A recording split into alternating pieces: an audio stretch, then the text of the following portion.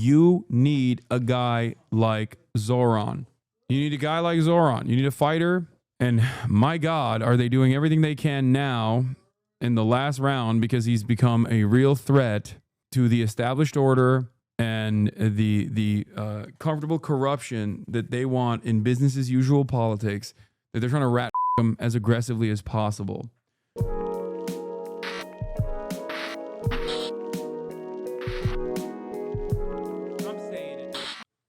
We're going to talk, obviously, about Mamdani. We're going to begin with Mamdani closing in Cuomo's lead in New York City mayor's race, says new mayor's poll. However, the poll also shows, like, I think the poll also shows there is a big gap still. It's a little concerning. It makes me a little worried, but it's good to maintain revolutionary optimism in this circumstance. Let's take a look. the race for New York City mayor, and Zohran Mamdani is closing the gap with former Governor Andrew Cuomo for the top spot 6 days before the primary. Mamdani is now within 11 points of Cuomo in a new mayor's poll, but with That's the first round. That's the first round without ranked choice voting and no one with the majority of votes, the race becomes a lot more complicated. Eyewitness News reporter NJ Burkett is live in Lower Manhattan with our lead story tonight. NJ. Right, Liz, outside a polling place here on Greenwich Street in Lower Manhattan. You know, more than 130,000 people have voted in the election so far citywide. And as you know, Andrew Cuomo has been the front runner from the moment he entered the race. But as you said, his numbers are flat, and Mamdani has cut his lead in half. The poll predicts that Andrew Cuomo will win, but he'll have to hold off a surging Zohran Mamdani.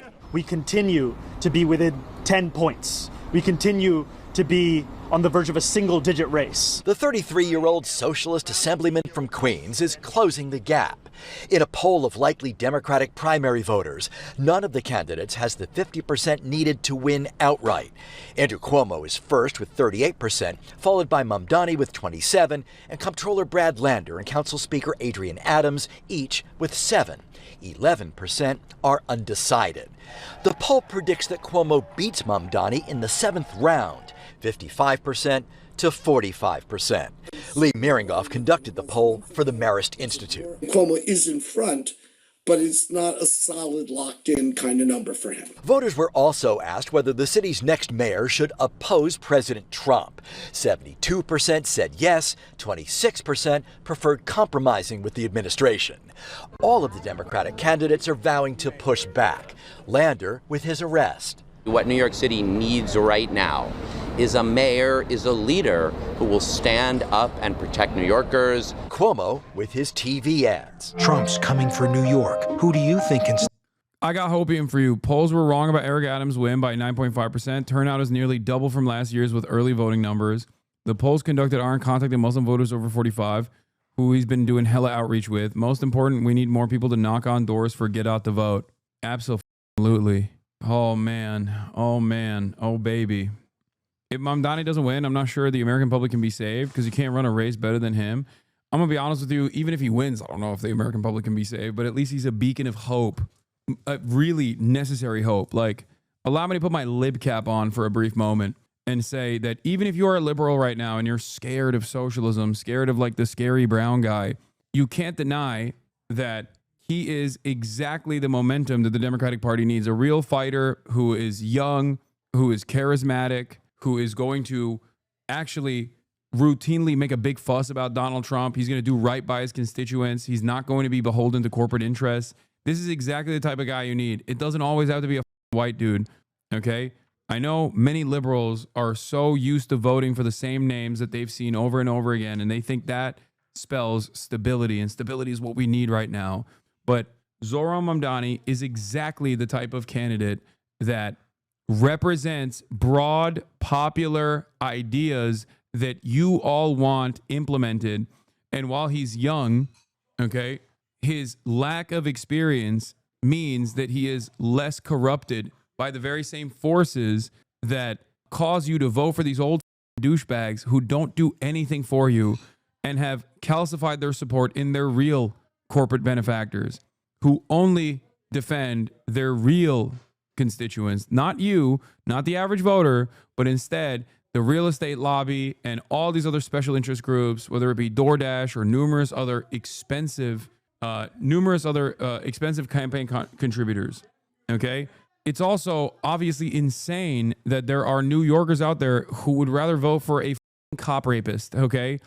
Like Mr. Cop Diddler, Mr. Cop Fondler, Andrew Cuomo. Just because you know his last name, just because you recognize his last name, doesn't mean that like he is the right guy for this moment. Every single aspect of New York City existence that has devolved in the last 2 decades is directly a consequence of Andrew Cuomo's leadership when he was the governor. Okay? And now, in an effort to continue that reign of corporate interest, people like Michael Bloomberg are pouring in millions of dollars into the race. Michael Bloomberg personally has dumped $8.5 million. Andrew Cuomo gets support from a lot of these pig unions, or at least the union leadership, but the rank and file is not with Andrew Cuomo, because the rank and file understands that Andrew Cuomo is also anti-union. He has already destroyed New York politics and made New York Republicans significantly more powerful in the state so that he could maintain his grip of power. He is exactly the kind of corrupt pervert that has ruined the lives of regular New Yorkers. He is everything that's wrong with New York politics. He's everything that's wrong with the Democratic Party. His attitude is precisely the reason why you have tremendous resentment right now at this very moment towards the feckless ineptitude that you see from the Democrats. You need a guy like Zohran. You need a guy like Zohran. You need a fighter. And my God, are they doing everything they can now in the last round, because he's become a real threat to the established order and the comfortable corruption that they want in business as usual politics, that they're trying to him as aggressively as possible. And in the process of doing that, they've opened up an unlimited money faucet, and they're attacking him, claiming he is an anti-Semite once again. I said this yesterday. The concerted effort to spam the airwaves with anti-Semitism smears against Zohran is a desperate attempt to deprive New York City of the young, dynamic fighter that the Democrats desperately need, all because he's anti-genocide like the majority of the party's base. Disgusting. Anti-Semitism smears are not effective in the United States of America, especially, but they are, and I would go so far as to say that it didn't even work with Corbyn. But what it does do is gum up the works. If you have a campaign and you want to show your in the last round here, okay, right before the election, if you want to show your best foot forward, if you want to talk about your policies, if you're constantly battling anti-Semitism allegations, you're constantly on the back foot, and it's a time suck. It's a waste of energy. It's a waste of media space, and it will be the most it'll be the thing that you're remembered by. That is the way in which people use these vicious smears. Okay?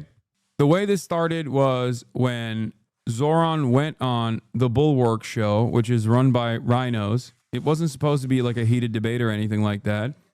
But Zohran went on Bulwark with Tim Miller and Cameron Kasky. Friend of the show, Cameron Kasky, invited him. Okay? Tim Miller on the show asked him about globalize the Intifada as a slogan.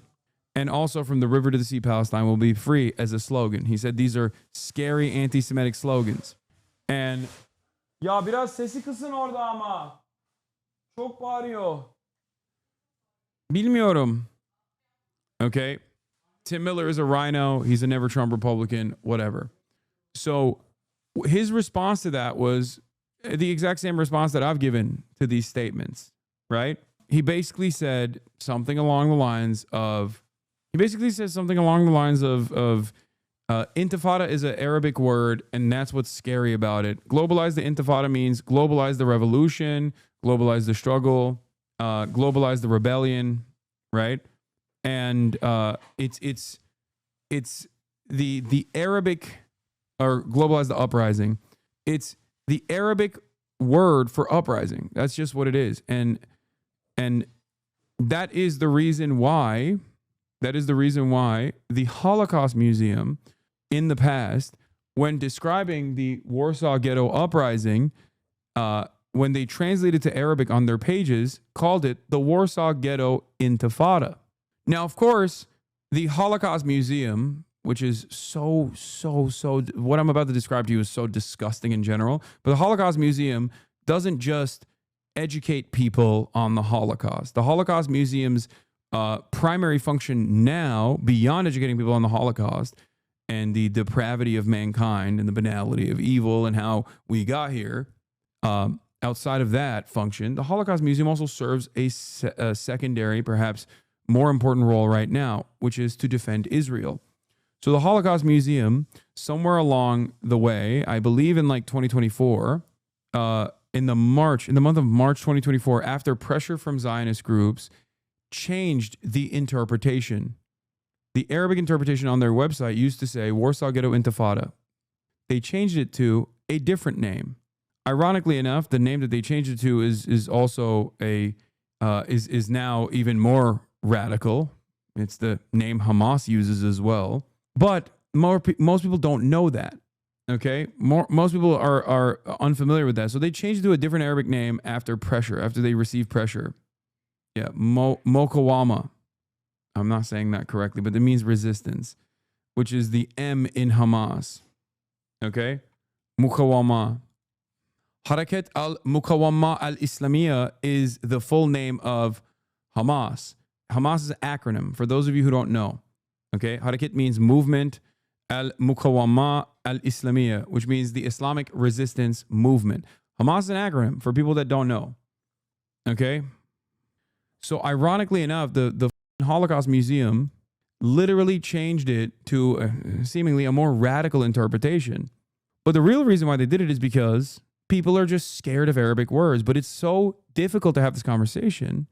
It's so difficult to have this conversation with people because they too have this nascent Islamophobia and they don't want to address it and they don't want to talk about it. They don't want to think about it. So they'd rather behave like a racist person who was just called out for their racism. Everyone here that is not white or has some form of marginalization has experienced this before. When you call someone out for a form of bigotry that you have experienced, that person won't go, "Oh, my bad, I'm sorry.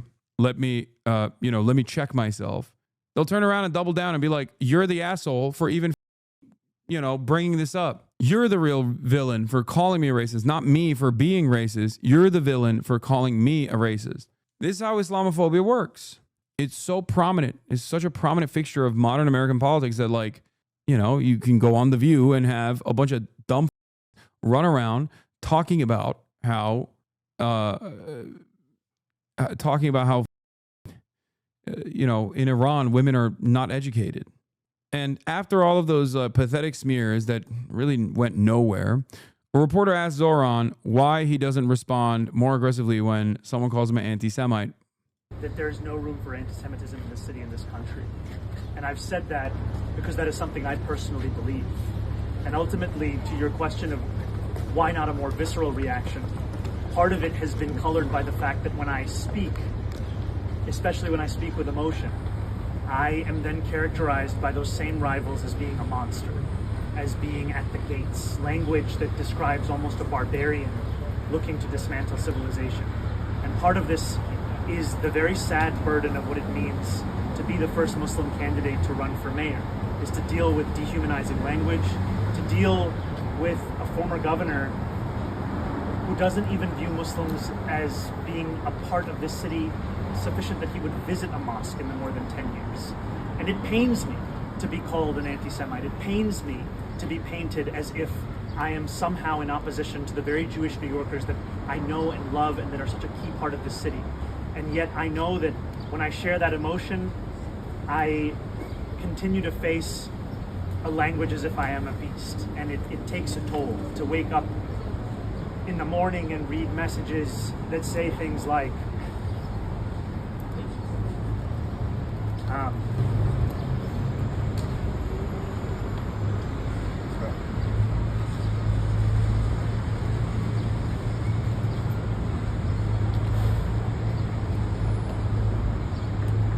I I get messages that say the only good Muslim is a dead Muslim.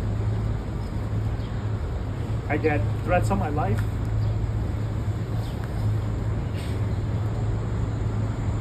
On the people that I love. And I try not to talk about it. Because the function of racism, as Toni Morrison said, is distraction. Yeah. Also, this is an experience shared by every Muslim person, okay? I don't even visibly look Muslim. And even I still experience it. It's just every single person. A lighter version of this is when people automatically assume that I'm biased against Israel because I have anti-Semitic tendencies born out of being Muslim, because this conflict is always described in the most idiotic terms in the United States of America, especially amongst morons, as a religious conflict that has gone on for thousands of years when it has nothing to do with religion at all. It's just even non-Muslims who are just brown have experienced a version of this. It's just another form of bigotry. Okay? And just like anti-black racism, people get more mad when you even call it out. So I think at this point, 20 plus years after 9/11, most American Muslims, most Muslims in the West don't say anything about it, because it's like, what are you going to do? That's it. What are you going to do? That's just how it is. It is what it is. That's just what it is. You just have to navigate this space and eat it. Because if you spend a good deal of time trying to talk about this and trying to get people to reconsider their stance, it's just you create a wall. They just don't want to hear you out, and they would rather be left alone in the comfort of their bigotry, and they won't listen to you on other issues. That's how it is. So it saddens me to see this. It angers me to see this, but it's just how it is. Like consistently assuming that a Muslim person who has done a good deal of activism against anti-Semitism, consistently claiming that a Muslim person who is a fighter against anti-Semitism, as well as all other bigotries alike, consistently peppering them with accusations of anti-Semitism is Islamophobic. Really? Like, it's ridiculous. The idea that you're like trying to find the secret anti-Semitism that exists in the heart of this person is ridiculous. It sucks. But it also works incredibly well in Western society, especially amongst people who themselves are anti-Semitic, but can much easily distract away from their own personal, actual anti-Semitic points of view by just being like, this is an Arab invention. Like, think about it. The highest form of this is the concept in Germany that anti-Semitism was imported into Germany by Arabs. Dog, in recent history, your country did the Holocaust, man.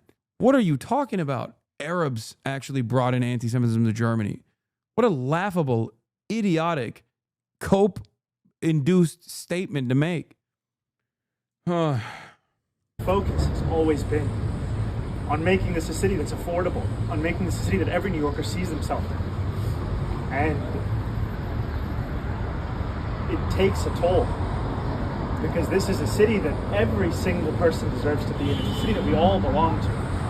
And the thing that's making me proudest in this campaign is that the strength of our movement is built on our ability to have built something across Jewish and Muslim New Yorkers, across New Yorkers of all faiths and all backgrounds and all boroughs. And anti-Semitism is such a real issue in this city.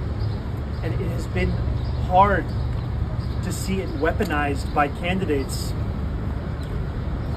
who do not seem to have any sincere interest in tackling it, but rather in using it as a pretext to make political points. Yeah. And of course, lo and behold, after these ridiculous attacks, and also Brad Lander said some up shit too. He used this as an opportunity to shank Zohran too. Only a couple days after, they cross-endorsed one another, Brad Lander went on a spot on Pod Save America, and basically he was asked about the Globalize the Intifada thing, And he responded with like, yeah, he said something along the lines basically of like, I don't think Zohran is an anti-Semite. Of course he's not. But of course, when he uses that term, it's scary for people like myself. Something along those lines. I mean, we can watch the full clip if you want. Brad Lander, to be fair, followed it up by saying he has full faith in Zohran. I know. Jacob Kornblue has the clip that was, of course, clip chimped. And I know Brad Lander doesn't think Zohran Mamdani is an anti-Semite. I know that. Telling you. Here, Brad Lander, who cross-endorsed Mamdani, says Jacob. You know, when I hear the phrase globalize the intifada, I say to people, I'm telling you, all I can hear right now is some Jews were killed in DC and there was a flamethrower in Boulder. And maybe you don't mean to be saying it's open season on Jews everywhere in the world, but that's what I hear. And I'd like to hear that from other people as well. At the same time, though I am a strong believer in the vision of Israel as a Jewish and democratic state, I hate what the war the Netanyahu government is conducting in Gaza. I have spoken up many times for a ceasefire, for aid getting in there, for an end to the occupation of the... Yeah, bizarre caption. Lander has never agreed with Mamdani completely on Israel-Palestine. While he criticizes the one phrase, he explicitly defends Mamdani as a candidate for all New York Cityers. Defends his endorsement of Mamdani, suggests that Cuomo is the real bigot on the race. West Bank and Gaza for the human rights of Palestinians. And it's not the mayor of New York City's job, thank God, to try to achieve safety and, mutual self-determination between Israelis and Palestinians. But it is the mayor's job to show up and say, we're going to bring... Anyway, I thought about not even covering this because it's so stupid, and giving it oxygen just furthers the dynamic, furthers the back and forth. Ranked Zohran Brad Lander on why he ranked Zohran Mamdani second. You saw him being attacked yesterday. How do you feel about him being sort of labeled as anti-Semitic and not sensitive to the feelings of Jewish New Yorkers? Yeah, I've said this many times throughout the campaign, and I'll say it again. I am a proud Jewish New Yorker. Raising these two beautiful Jewish kids in this city is one of the great joys of my life, and nobody will fight harder to keep this city. I think Brad is a liberal Zionist. That's what it is. At the end of the day, he is a Zionist still. And I think he's a perfect demonstration of what I mean when I say, for a lot of these guys, it just breaks their brain. Israel is this final contradiction that they cannot resolve. Do I think Brad is a nice person? Absolutely. I do. I think he is, and I believe he believes he's a nice person. But definitionally, he is a nice person that either is deluded himself into thinking that this ethno-state project is actually one that could be done while maintaining liberal values, which is ridiculous, or he just refuses to recognize it. He just refuses to recognize the supremacist, fascist, exterminationist ideology that is Zionism. Okay? Ultimately, it's not really anything you can do. There's no way to resolve it. Safe for Jewish families and for all families, then I will. I believe there's a gatekeeping function in City Hall, which is decency and integrity. And Andrew Cuomo does not have decency and integrity and should not be allowed at City Hall. I believe that Zohran Mamdani is a person of decency and integrity, and I am therefore encouraging people to rank him number 2. We do not agree on everything about Israel and Palestine, but I do believe that he will protect Jewish New Yorkers and our rights, and I was proud to rank him second. Sir. Yeah. Anyway, in the aftermath of all this that unfolded, of course, okay, and for the record, if you want to know about why Trump names allies the Holocaust Museum Board after firing the Biden appointees, not that it matters because the Holocaust Museum actually changed the Intifada to I don't know how to the other Arabic word that is part of the Hamas acronym Maqawa. Okay, I don't speak Arabic for those of you who don't know. They did that under the Biden administration. Yeah, they changed it to a more radical term, ironically enough. This seems to be in response to Zohran Mamdani saying the museum has used the word intifada when discussing the Warsaw Ghetto Uprising in Arabic. Per Wayback, looks like they used intifada, uprising, on their site till mid-2024 when they switched up to mukawama,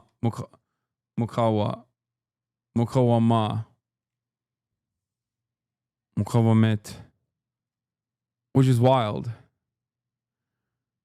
Because, like I said, Hamas is the acronym, and the M in Hamas is for Mukawama.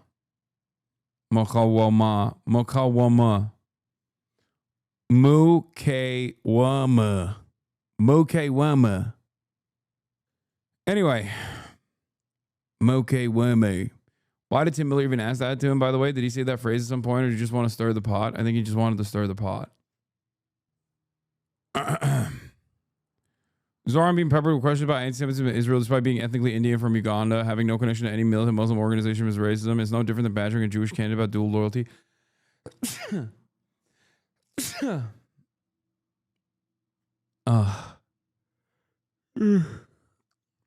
Anyway, a hedge fund manager who used to be the CIO of Goldman Sachs and is allied with the number one funder of Andrew Cuomo's super PAC.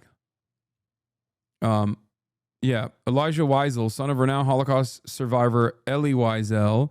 I can't see into Zohran Mamdani's soul when he doubles down on saying that globalizing the intifada is a good thing, blah, blah, blah.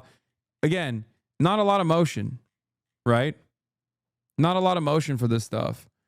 No need for a lot of air that will engulf this fire, that will grow this fire, right? It's very stupid. But one thing that did happen, of course, is that predictably, since this became like a big news story, Zohran has been getting showered with death threats. And one of them was credible enough for the NYPD to actually launch a hate crimes investigation into the allegations that a man threatened to blow up mayoral candidate Zohran Mamdani's car. Go ahead and start your car, see what happens, the man said in a voicemail left with his office that we obtained. Unsurprising to no one. He also made a beeper threat. The caller also advised Mamdani to check your beeper too, you terrorist. Beep, beep. Can you guys think of another podcast that makes beeper jokes with regular frequency now? This blatant Islamophobia and violent threats against Zohran Mamdani are exacerbated by the racist smear campaigns funded by Cuomo's MAGA donors. This is vile. Zohran campaign responded to the NYPD investigation. A car bomb threat against Zohran Mamdani, among many others, he's referenced against him, family, staff. After multiple death threats and racist messages, Assembly member Mamdani's office is participating in an ongoing investigation by the NYPD's Hate Crimes Task Force. While Zohran does not own a car, the violent and specific language of what appears to be a repeat caller is alarming, and we are taking every precaution.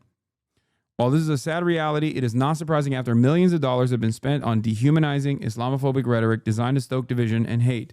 Violence and racism should have no place in our politics. Zohran remains focused on delivering a safe and affordable New York. Guy with a beeper in his Twitter bio responds with, "It's obvious that this is a campaign stunt lie to deflect and distract from Zohran putting his whole foot in his mouth yesterday in his deranged accusations against the Holocaust Museum in defense of his virulent anti-Semitism." Follows you. I mean, is that shocking? Come on now. Mamdani, in a resurfaced 2021 video, urged activists to demand that local candidates support BDS. Speaking up for Israel comes with everything you might want, and we need to show that it's not that way anymore. There are consequences for speaking up in favor of apartheid. Yeah, what's the problem? Maybe people liked it because they liked what he had to say. Spoke to some New Yorkers today who unfortunately like Zohran and his policies, but see them as too good to be true, almost, even without any real justification for why, and therefore view Lander as a safer choice with similar policies. What would you say to such voters? If every politician is going to say that they're going to give you 100% and basically, at minimum, give you 50%, why wouldn't you want someone like Zohran who promises 100% and will give you 50%, rather than Lander, who promises you 75% and will give you 25%. Also, Lander can't win. The safe choices is precisely how we got to the modern Democratic Party. Okay? Super easy answer. Rank Zohran, rank Orlando first, Zohran second. No, that. No, don't do this bullshit either. No, rank Zohran first. Okay? What is this like? Oh, just rank Zohran second. Lander's not going to clear anyway. It doesn't matter. I know it's ranked choice, but still, rank him first. It's bullshit. Yeah. Blake also rapped Zohran too, which was shocking because I thought he was like one of the more radical candidates. But yeah, that's my take. I've heard some good opinions about the polls. Poll is a week old. Tough poll from Mamdani, ending with a 55-45. The latest Marist poll that came out 2 days ago. Poll is a week old. These races tend to have a lot of late movement, including 2021, and the week since it fielded has been action-packed. 2021 final Marist poll had Adams by +12, and he won barely by 1%. Cuomo and Mamdani are tied 32-32 among the most active voters. In other words, those who voted in the Democratic primaries for 2020 president, 2021 mayor, and 2022 governor. The diehards, the ones that will walk through fire to vote, are split evenly. Relative comparable days in 2021, Brooklyn is punching above its weight in in-person voting, and the Bronx is punching below its weight. That means Cuomo will likely need a surge of primary day turnout in the Bronx for a white candidate in 100-degree weather. The Lander-Mamdani cross endorsement was a boon for Mamdani when it happened, but it may have just become much more valuable after Lander was arrested by ICE yesterday. Maybe Lander picks up some steam and helps Mamdani leapfrog Cuomo on some ballots down the stretch. Mamdani gains among Latino voters are encouraging. We'll see if that can translate into decent turnout in Latino neighborhoods, given there's no major Latino candidate in the race. I'm going to hand it over to my guy, Jake. Jake Rubenstein says, this to me is the most important table in the entire poll. Literally 1/5 of the electorate doesn't express a preference around the top two. This race very much has the potential to go either way. There's also tremendous youth voter turnout, and I highly doubt that the fucking youth are turning out to vote for Andrew Cuomo. As of the fourth day of early voting in 2025 Democratic primary for New York City Mayor, the 25 to 34-year-olds have cast the most early ballots. These four assembly districts have 90% of Brooklyn's population, but are making up 44% of the early voting total so far in the first 4 days. Anyway, the labor unions in New York are such pussies. No, it's always the leadership. The rank and file are not. It's the leadership. The commie corridor. I don't think anyone really cares about policy at all anymore, but if you just ask them in an opinion poll why they prefer a candidate, they'll just make up some policy-based answer. I would do the same. Zohran is young, energetic, and running against an institutional rot in human form. I think that also plays a big role. That's why I said when I put my liberal hat on for a moment, this is my assessment as well. You can make up policy promises to signal anti-establishment vibes, but this dude isn't winning because there's some wild shift in the electorate since they swung the other way for Trump 9 months ago. It's that a certain part of the population now votes anti-establishment every time. Yeah. But he does happen to be a real anti-establishment choice in the right direction. That's it. Everyone is now teaming up against Zohran. These ads are not brought to you by Palantir. I decided to watch the local nightly news on NBC. Every single commercial break runs anti-Zohran ad from Cuomo Super PAC. The ad usually appears twice a break at least. I've lost count of how many times I've seen it. Alex Karp, the billionaire CEO of creepy defense contractor Palantir, has taken a side in New York closely watched mayoral race. Karp, who once bragged that his company kills people, recently gave large sums of money to a super PAC that is supporting the campaign of former New York Governor Andrew Cuomo. It's crazy that this is now officially, once again, moneyed interest versus real grassroots. Okay? Door knocking, real grassroots, person-to-person communication versus an endless amount of money in a relatively important race, but still a small one in comparison to, like, you know, a race for governor or whatever, or a race for the general race for president. It sucks. And it's all of the major villains getting together and doing their very best. All of the major villains that are getting together to do their very best to this campaign and to try to stop this momentum from taking place. If Democrats cannot understand what this is. I don't know what to tell you. I just like Democrats need to look at this and go, all the people that we hate, all the people that we despise, all the people that are pro-Trump, all of the forces that dominate our lives are coming together to say, fuck this guy. Even out of pure resentment, you probably need to go and vote for Zohran and rank him first. Zohran racking up the best anti-endorsements. Lawrence H. Summers. Yeah. They're saying the billionaires are going to leave the city. That's another thing that they're saying. Incredible. 1 week to go before the New York mayoral primary in New York City, longshot candidate and city comptroller Brad Lander was handcuffed and taken into custody by ICE after locking arms with a defendant on his way out of immigration. June 25th is election day. What? No. What? 25th? No, 24th. But you can vote already. Early voting is now. Go vote now. Or not 24th. Is it 22nd or 24th? Next Tuesday is next Tuesday, June 24th is election day. But you can vote now. You can vote early now. Immigration court today.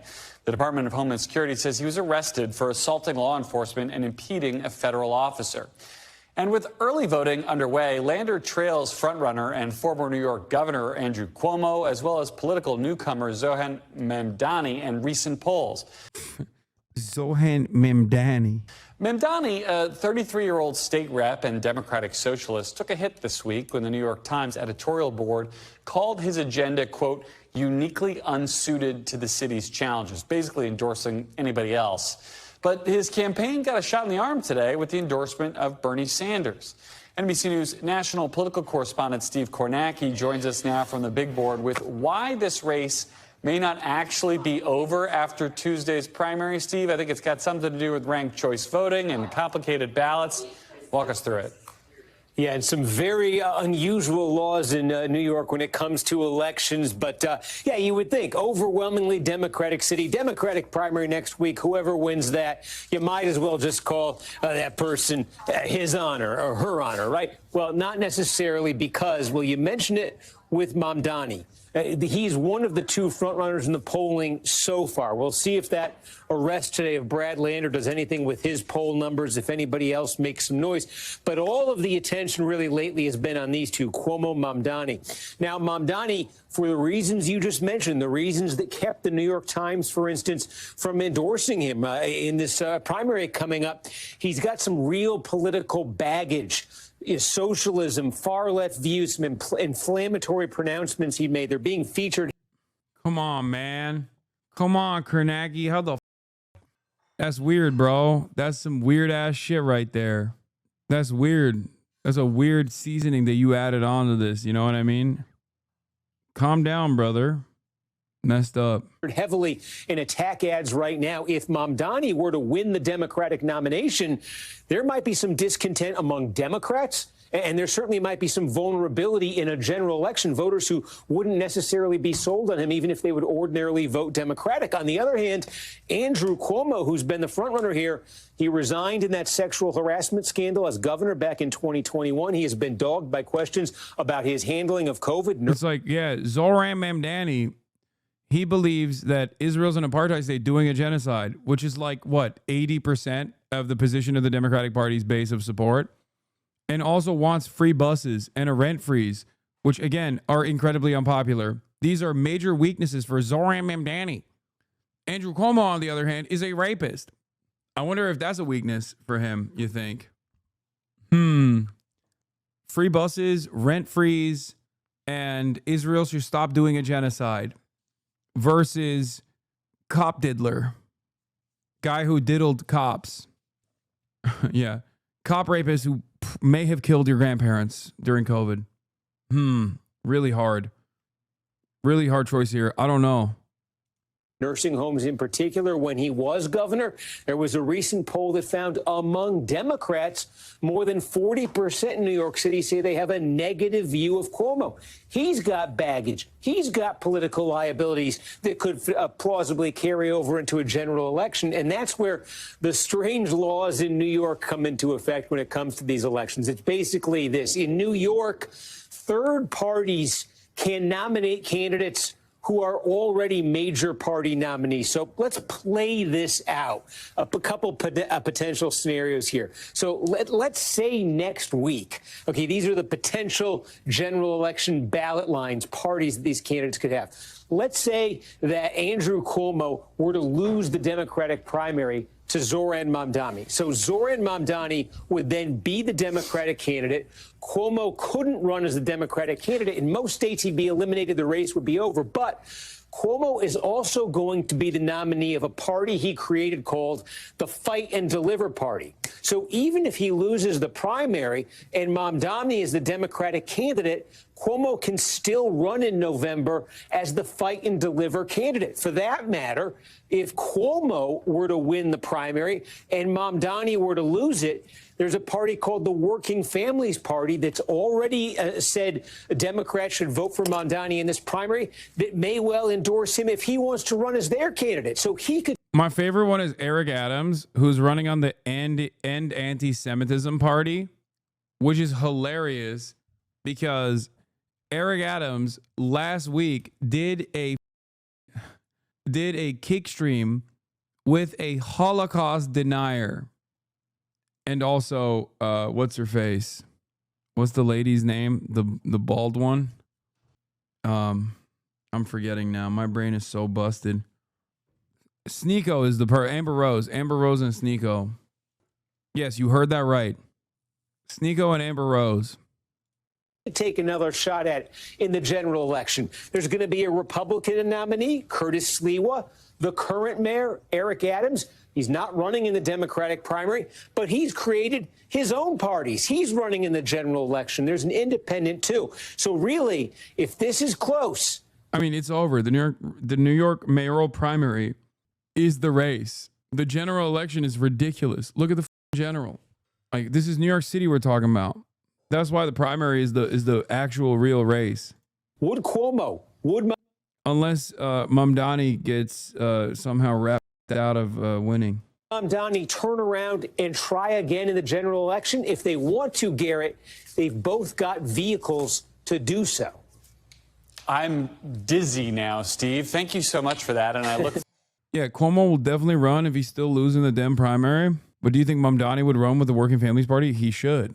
He absolutely should. And I think he will. But I don't even want to entertain that notion. Rat. I mean, yeah. You've never heard this term? It's called shanking. Like he got shanked. Hasan Reaction is one of the best ones in the React channel.